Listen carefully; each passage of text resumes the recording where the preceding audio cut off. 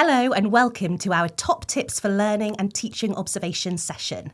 Today, our session aims are, we're going to recap the language of the STEEL descriptors, we're going to model how to create a learning and teaching observation form on the PLP, and we're going to share some top tips and reflection points that you might have as you're completing this process. So thank you for joining us. The Learning and Teaching Observation Form is a formal assessment of student teachers against the standards. And so there are 7 of these in total, 3 in Clinical Practice 1 and 4 in Clinical Practice 2. And as a mentor, you are going to complete these observation forms for your student teacher. There's a really useful appendix in the Clinical Practice Guide, which is highlighted here on the screen. Any documents or forms or language that we're going to discuss today can all be found in the Clinical Practice Guide. So if you ever want to refer back to anything, you know where to go. Here are the STEEL descriptors, and this is how we assess our student teachers. So student teachers tend to start at unaware in that red box there on the left. They move to aware and then to capable, and then sometimes they'll get to QTS Plus by the end of the PGCE programme. Here is what these 4 stages mean and what some sort of typical progress might look like for your student teacher.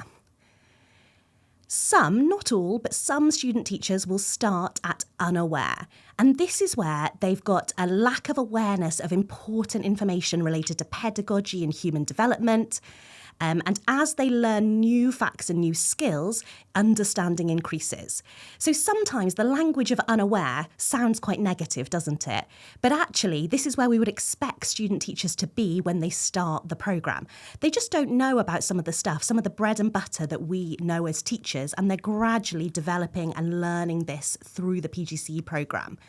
It's worth noting at this point that not all student teachers will start at unaware. Sometimes you might have a student teacher that's got some knowledge and awareness in certain areas, and this is why it's really important to get to know your student teacher.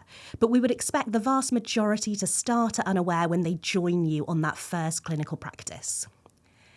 Then, as they begin to master the concepts, theories, and context-specific information, they move towards aware. So they're aware of things, they've got some knowledge, but they're not yet able to independently and confidently apply that knowledge. So they are attempting some ideas, some techniques, but it might be that you're doing a lot of scaffolding as the mentor. So you're having to provide a lot of support at the planning process and during the teaching, and sometimes perhaps things might not always turn out as they expected. So they might be trying a technique, but then it goes a bit wrong. So they've got an awareness of it, but they haven't yet got the capability to really have it make impact in the classroom. So this is where they move to next, when they've got a little bit of awareness, but not yet able to independently and confidently apply. And then the next stage is capable. So we're not saying at this point that they're not having to think carefully. They're still having to concentrate intently on planning and application of techniques and skills, but they're increasingly confident with a growing repertoire of skills. And at this stage, and this is a really important point to note, when a student teacher is capable in all elements of the professional standards, that means that they are consistent with achieving qualified teacher status. So when you're doing your final learning and teaching observation, so your observations at the end of Clinical Practice 2, you're looking for student teachers to be capable in all of the areas. They might not be, but that's the standard that we're trying to reach. QTS Plus is that little bit extra. So student teachers don't need to achieve any levels of QTS Plus, but you'll have some that go beyond being capable in the PSTL. Things are very firmly embedded and consistent when a student teacher is achieving QTS Plus, and this is aligned with the induction descriptors. So it might be that towards the midpoint to the end of Clinical Practice 2, you've got some student teachers that are going beyond capable. Things are not just kind of increasingly comfortable, they're embedded and they're consistently applying certain elements. And you can absolutely award QTS Plus to those student teachers. So there you've got the kind of journey that a typical student teacher will make. They'll start off at unaware, they'll move to aware, and then they'll move to capable. And then perhaps by the end of clinical practice 2, they'll have some qualified teacher status plus, some QTS pluses on their profile. So these are the criteria that you're using to assess your student teacher. And we've got a handy little grid here that's got some key adjectives that you might want to think about. So in that unaware column, you can see things like not yet confident, superficial, lacking rigour, inappropriate. So if you're observing a student teacher and you're thinking, I'm not quite sure about that assessment technique, that was quite inappropriate for this lesson, it's likely that they're going to be working in that unaware column for that standard. As you move towards aware, we've still got adjectives like inconsistent and with support, but you've also got things like increasingly positive, becoming effective.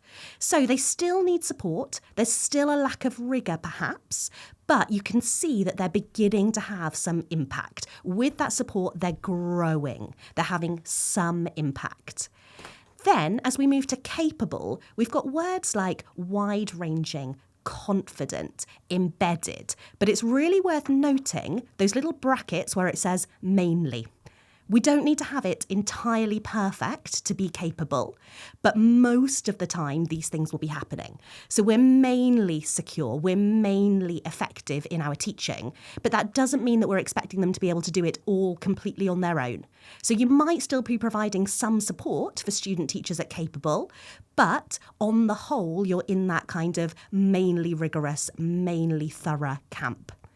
Then, when we move over to QTS Plus, you can see how the language changes. We've got rigorous, robust, in-depth, high quality. So we're really looking for student teachers that have kind of nailed some of those aspects of the professional standards when we get to QTS Plus. So this little grid and everything else that we're showing you today is in that appendix of the clinical practice guide. So when you're doing your learning and teaching observations, you're probably going to want to have this here in front of you so that you can refer to it. And we're going to see some examples of what your kind of write-up might look like, because this language is going to be really helpful for you there as well. And so I'm going to hand over to my colleague Emma, who's going to do a live demonstration of the learning and teaching form on the PLP. Over to you, Emma. So here we are on the landing page of the PLP, and I'm just going to take you through a guided walkthrough of learning and teaching observation forms and how to complete them on the PLP. So you're going to navigate to the assessment tab. You're going to select learning and teaching observations. You've got a drop down menu there of all 7 observations. You'll pick the appropriate one. For each one, you'll notice that you've got a sub-menu that takes you to some guidance. I choose to have those open, 2 of those open in separate tabs so I can refer to them quickly and easily when I'm completing a learning and teaching observation form. The one that you'll need is the professional standards and the continuum of effective practice, so the STEEL descriptors. And we can have a look. I've got them open at the top there. So if I can't remember what P1 stands for, what P7 stands for, then I've got a nice quick reference there open in a tab. And likewise, if I'm not sure of the language that I need to be using from unaware to aware to capable to QTS plus, then I've got them there ready and waiting for me. So if we go back a step, you can see if you click on the observation itself, then we are in the observation form. Now, a couple of pro tips before we get started. You'll notice this blue button at the top on the left here, Assessor Field Actions. It might be that you complete this form live during the observation. It might be that you do it afterwards, but it's really important that you know the difference between save and release and save and hold. It doesn't take an expert. Save and release means that you are completely done and you're ready to release it to the student teacher. If you're halfway through doing it, you're not quite ready to release it, perhaps you're doing it in bits, you're going to save and hold it. And that will save and hold everything on the entire form, but the student will not be able to see it at their end. So really important that you use those 2 options as you're completing the form. And just remember that if you don't save and release it at the very end, then the student won't be able to see it. Neither will we be able to at Cardiff Met draw down the data from the form. Okay, so then you've got some of the obvious bits and bobs at the start of the form. places to put in the student's name, the student number. The student will be able to tell you that if you're not sure, the date, who was observing, email address, who they were being observed with, whether it was CP1 or CP2. You'll get a drop-down menu to select their programme or the year of their programme if they're BA primary. To give the name of the student teacher's lead partnership or alliance school. Again, they can let you know if you're not sure, and your school. And then you've got some guidance at the top. Now, to remember, learning and teaching observation forms are slightly different to progress review forms in that in a learning and teaching observation form, you are only going to be selecting and commenting on the student teacher's outcomes in the pedagogy standard and 2 elements of the leadership standard. So we're going to have a little look through the form now. And what we need to do to complete it. And we need to complete as mentors all aspects of this form. Okay, it's really important that you get all the way to the end, you complete everything, because again, as I said, we draw down the data from this paperwork. So as you're doing your observation, you've got banks of elements from the pedagogy standard to select in terms of the student teacher's outcomes.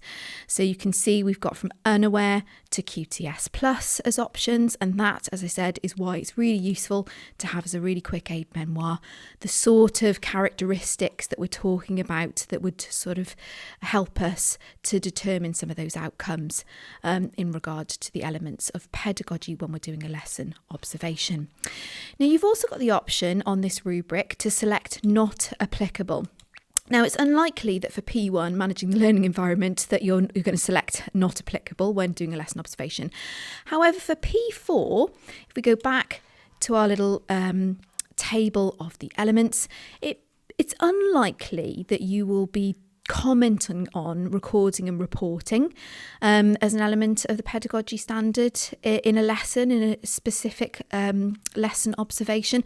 It's sort of unlikely that you will talk about involving partners in learning. It's not unheard of, but that's the reason why you've got the option to select not applicable if that particular element of the standards didn't really feature in the lesson that you were observing. That said, you do need to indicate all of the student teacher's outcomes on the form, and not applicable is absolutely fine and acceptable. And then underneath each little rubric, you've got the opportunity to provide some qualitative and constructive feedback to the student in relation to those elements of the standards. Now, you will find out more in this professional learning session a bit later on about the quality that we're looking for and the sort of features of qualitative comments. So I'm not going to dwell on that, but suffice to say that you will need to complete the comment boxes for each aspect or each bank of elements of the pedagogy standard on this learning and teaching observation form. So then we go through another 6 elements of the pedagogy standard, and you're going to be indicating the student teacher's outcomes, selecting not applicable where necessary. You're going to leave your commentary, and then we get into the final 6 elements of pedagogy, and again you're going to be selecting the student teacher's outcomes, using the STEEL descriptors as guidance, referring to what they mean if you're unsure, and then leaving your comments. You've probably noticed that underneath each section that you complete in the form, you've got another save and release and save and hold option. Remember that the one in the top left will apply to every aspect of the form. So if you choose to save and hold it, you can do that at the end and it will save and hold everything. You can save and hold, save and release as you go along. That's absolutely fine too. Okay, so once we have produced outcomes on the rubrics for all elements of pedagogy and left qualitative comment, we come to a section of the form where you are required to comment on to what extent the student teacher effectively developed the pupils' cross-curriculum skills and wider skills, cross-curriculum responsibilities. So there we're looking at literacy, we're looking at numeracy, digital competence, but also commenting on how effectively the student teacher developed the pupils' Welsh, whether that be Welsh culture or Welsh language skills. So you've got the opportunity there to give some feedback where pertinent, where relevant. Okay, we're not expecting you to comment on all of the cross-curriculum skills and responsibilities in that box, only those which applied and were sufficiently sort of embedded and developed within the lesson. You then come on to a section which is about a broader look at the student teacher's professional attitudes and behaviour. And this is why we also give you the opportunity to indicate the student teacher's outcomes here with regard to 2 elements of the leadership standards. And this is because it's really important that we sort of keep a check on that, how the student teacher is developing as a professional. And you've got some guidance here that will help you to think about what you might include. You might want to talk about their attendance, punctuality, preparation, what sort of role model they're being, anything that you think is worth capturing there or highlighting. If the student teacher needs some more constructive feedback there, that's where you can capture it. And again, you've got the opportunity. Now here you haven't got the opportunity to select not applicable, because we would like to know generally how the student teacher is doing with regard to L1 and L2. So you will select those outcomes. And then you've got one final comment box at the end where you might want to speak specifically about those elements of leadership. You may also want to comment on things that the student teacher has been doing outside of that particular lesson observation that are worthy of being captured on this form. Perhaps they've been getting involved in some extracurricular activity, perhaps they have been doing really well in a particular area of learning and experience, and you want to sort of comment on that and how this lesson has really sort of been the culmination of other good work they've been doing. So any other commentary that you want to put that you haven't been able to put up to this point on the form, you can capture it there in that comments box. And then we get into the all-important targets and suggestions for improvement element of the form. Now, there shouldn't be anything unexpected written in this part of the form. Ideally, what we should be doing as mentors is looking back at the constructive critique that we've given earlier in the form and drawing down from that some targets. We've suggested a maximum of 3 targets for the student teacher to consider to work on between now and perhaps the next formal learning and teaching observation, or perhaps, in a shorter space of time, depending on the nature of the target and what that means for the student teacher's learning. So you've got a box here, free text, to indicate those targets. And for each target that you write, we would like you to also suggest some strategies that the student teacher can consider, and that could be strategies that you're recommending that they use in the classroom, or it might be strategies for using their research and inquiry time really well in order to get to the bottom of those targets, to practice maybe certain elements of classroom practice. It might be that they need to go and do some more focused observation. So you've got your maximum of 3 targets, and then suggested strategies for how that student teacher is going to go about meeting and implementing those targets in practice. Then we come on to some really important checkboxes at the end of the learning and teaching observation form. Is the student teacher upholding the code of conduct?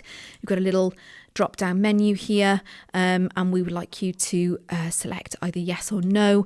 If you've got any qualms about the student teacher's professionalism and to what extent they're upholding the code of conduct, then you've got a little nudge there to discuss this with the senior mentor if you have got concerns. Certainly, if you select no, if you say that they're not upholding it, you really need to have a conversation with the senior mentor quite quickly. And if you're unsure, you want to run some things by the senior mentor, do that.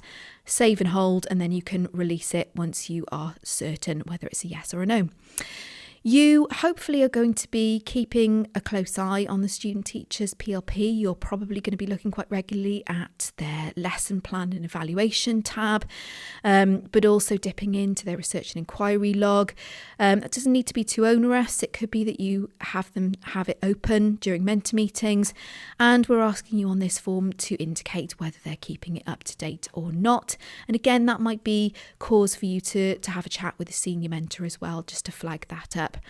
And then finally, is there any concern over progress? Now, certainly if they are not upholding the code of conduct, there is concern over progress, but it might also be that you're starting to get concerned about their classroom practice.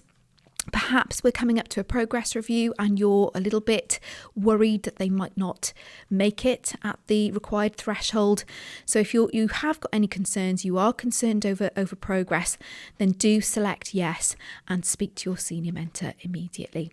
So that's it in a nutshell. That is your learning and teaching observation form with some pro tips thrown in to boot.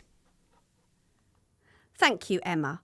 So let's spend a few moments now looking at some examples to support you through this process. So here we have an example of what a good feedback form looks like. And there are 3 points here to highlight. The first is that the feedback is constructive and it includes clear advice for improvement. The second point is that the feedback is cross-referenced to the elements of the standards. And you can see in the comments references clearly made to P1 and P2 and P3. So this will support the student teacher in understanding clearly the areas that need to be addressed.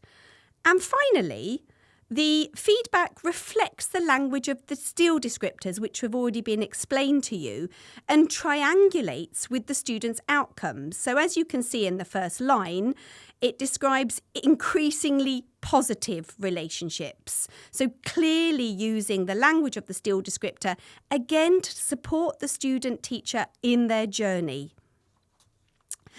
And then we have perhaps an example which needs some refinement. We have bullet points. It does address elements of the standards, but there are areas which perhaps could be improved here. So the first one is that, as you'll notice, there is a mismatch between the comment made and the outcome for P1. And we've highlighted there because the language says unaware for P1, but actually it talks about behaviour management is coming along well with the class. So that would give a mixed message to the student teacher. So beware of that taking place. The second point to mention is that actually the feedback is brief and perhaps fairly ambiguous. The third point is that there is no referencing to the elements of the standards, and that is really important for the student teacher to understand which elements we're referring to.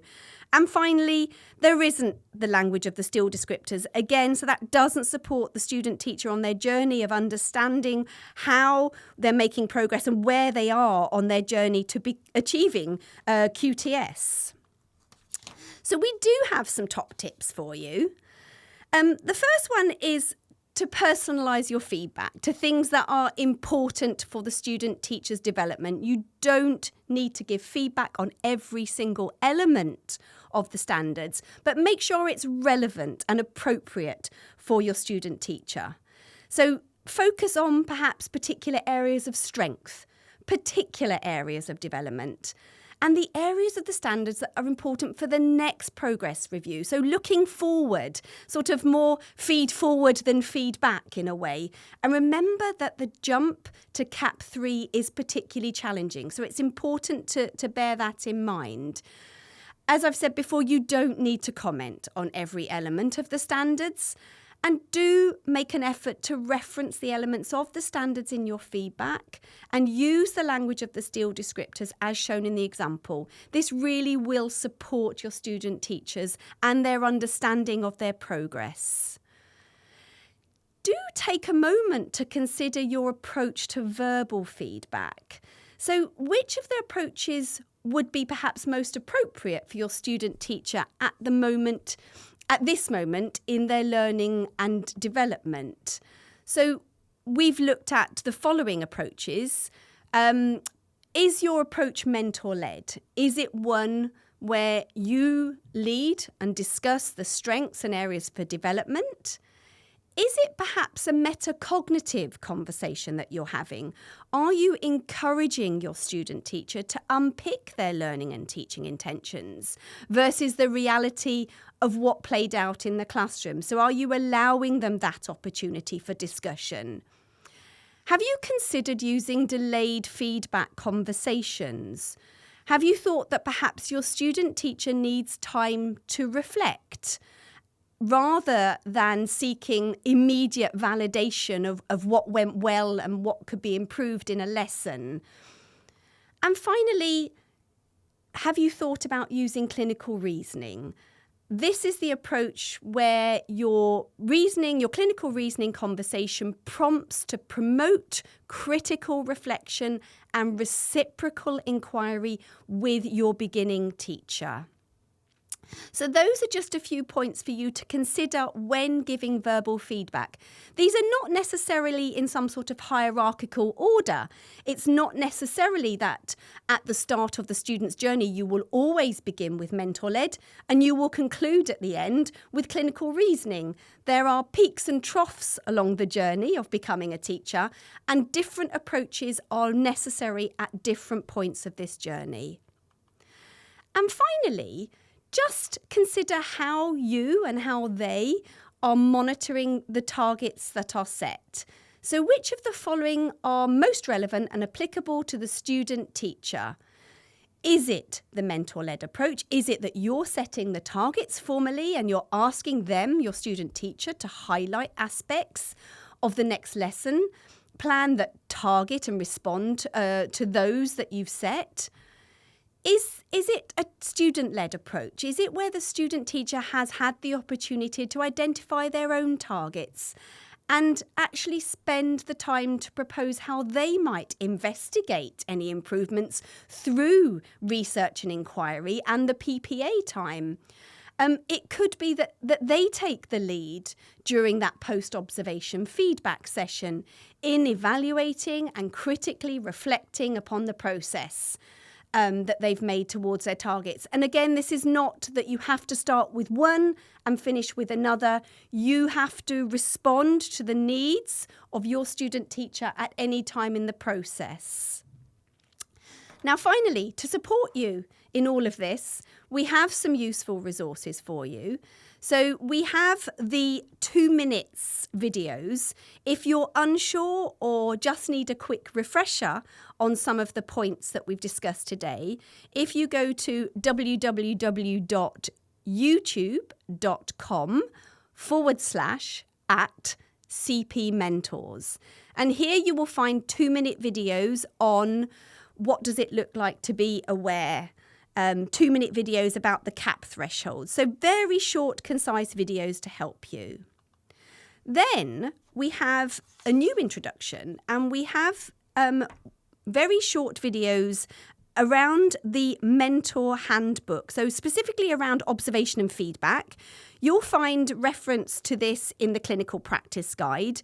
But again, all of the information that we've discussed today, you will find a short video on. And finally, some more resources on shared understanding of the standards. And you can find these at www.youtube.com/@shared understanding. So very short sound bites to help you with this process. And there remains nothing else but to thank you for your dedication, your professionalism, and the positive impact you make to the students every day. Diolch yn fawr.